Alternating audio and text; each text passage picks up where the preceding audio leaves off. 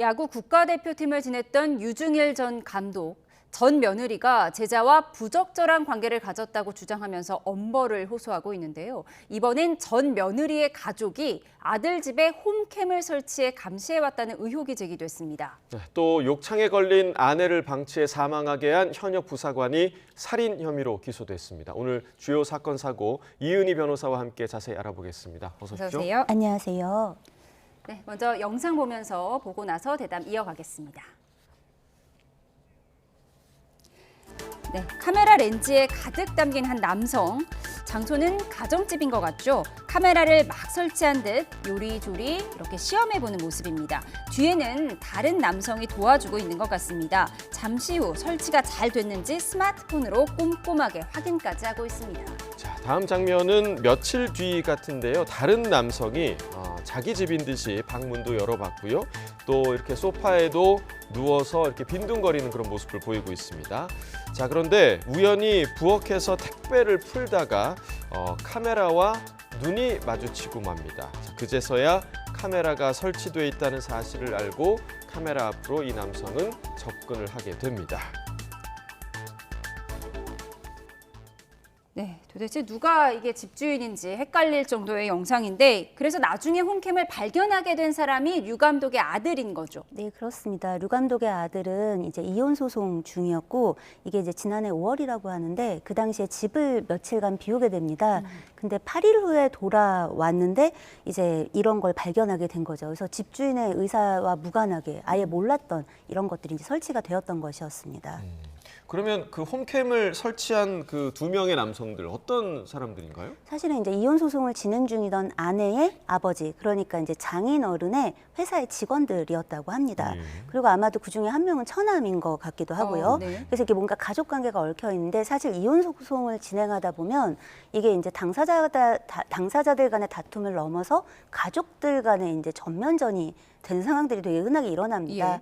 그래서 이 상황도 아마 좀 그랬던 것 같고 아마도 이혼 소송 중에 이 그 아내 측에서는 좀 남편을 감시하고 뭔가 이제 트집거리, 시비거리, 약점 이런 걸 잡고 싶었던 게 아닌가. 다만 이제 각자의 이 목적에 대한 주장은 서로 상충되고 있는 중입니다. 네. 그런데 이제 홈캠을 몰래 설치한 걸 알게 된 이 유 전 감독의 아들이 카메라를 이제 해체하게 됩니다. 이걸 두고 아내 측에서 또 소송을 걸었다고요? 네, 보통 이제 이렇게 소송전이 일어나기 시작하면 정말 깨알같이 소송을 하게 됩니다. 예. 그러니까 우리가 생각할 때는 카메라를 설치했다 들켰으면 굉장히 심쿵 이렇게 돼야 되는데 이 경우는 내 카메라 지금 부셨어? 이렇게 된 거예요. 네. 그래서 재물손괴죄로도 고소를 하고 뭐 이제 당연히 이런 게 발견됐으니까 좋은 소리가 오가지 않았겠죠. 네. 근데 이제 폭처법, 폭력행위 처벌 등에 관한 특별법 같은 걸로 또 막 고소를 합니다. 근데 아이러니하게도 이게 기소가 돼요. 저는 사실 이제 현직 변호사잖아요. 그래서 처음에 이런 이제 기사를 봤을 때 약간 무혐의를 잘못 보도한 게 아닌가라는 생각을 했었어요. 근데 이게 기소가 돼서 어쨌든 법원까지 간 겁니다. 네. 그래서 거기서 무죄를 받게 됩니다. 근데 일단 이 발단 자체가 내 집에 카메라가 설치돼 네. 있었던 거잖아요. 이 부분도 좀 법적 문제가 있지 않을까요? 당연히 문제가 있습니다. 민형사상으로 다 문제가 있고요. 우리나라엔 통신비밀보호법이라는 게 네. 있고, 예를 들어 제가 지금 이렇게 이제 앵커님들이랑 대화를 하면서 우리가 하고 있는 대화를 녹음했다, 혹은 우리가 밥을 먹으면서 있는 자리에서 대화를 녹음했다, 이런 것들은 내 목소리가 들어간 대화니까 이게 위법이 되진 않습니다. 하지만 타인의 대화를 엿듣기 위해서 혹은 타인의 어떤 상황들을 엿보기 위해서 어떤 것들을 설치하면 통신비밀보호법 위반에 해당하고요. 형량도 꽤 높습니다. 1년 이상 10년 이하의 징역 혹은 뭐 5년 이하의 자격정지 등에 처해지기 때문에 상당히 중한 범죄인데, 그래서 처음에 이 사건을 접하게 됐을 때 아니 이게 어떻게 재물손괴죄로 먼저 기소가 돼서 네. 법원으로 갔지? 였고, 아니나 다를까 법원에서도 개인의 비밀, 어떤 이런 개인의 정보가 실시간으로 새고 있는 상황이기 때문에 이 상황에서 이거를 해체하지 않을 수도 없을 거고, 이 상황에서 좋은 얘기 나오기는 어려운 거 아니겠냐. 예. 이거를 유죄로 보기에는 어렵다라는 취지로 각각 무죄로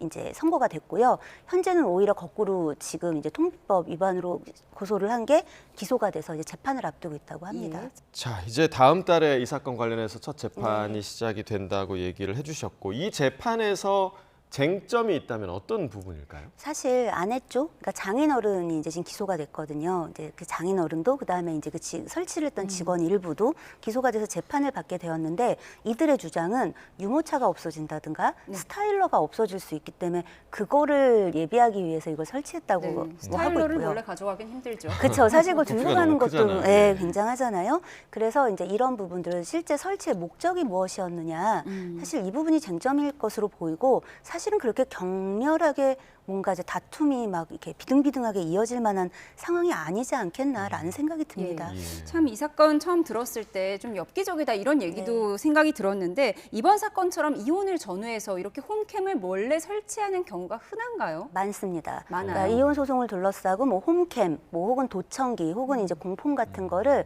차량 뭐 이제 조수석 아래 같은 데다가 이렇게 넣어놓는다든가 예. 뭐 이렇게 해가지고 뭐 녹음을 하는 것도 흔하고 왜냐하면 차량에서 뭔가 대화하거나 하는 것들을 몰래 녹음하고자 하는 일들도 되게 많고요. 위치 추적기를 설치하는 일들은 너무 많습니다.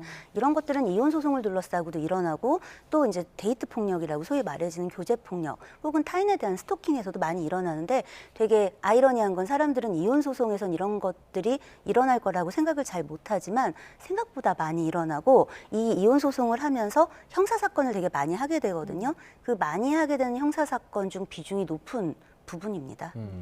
대부분이 좀 사랑해서 결혼을 했을 텐데 네. 이렇게 결말이 참 씁쓸한다는 그런 느낌이 좀 듭니다. 자, 사건을 좀 바꿔서 이야기해 보겠습니다. 경기 파주시에서 아픈 아내를 방치해서 숨지게 한 부사관이 살인 혐의로 기소됐는데 이게 도대체 좀 어떤 일이 있었던 겁니까? 사실 굉장히 마음 아픈 이야기이기도 하고 사회가 개인의 사건이 아니라 이제 모두의 사건으로 들여다봐야 되는 예. 지점도 있는 사건이었습니다.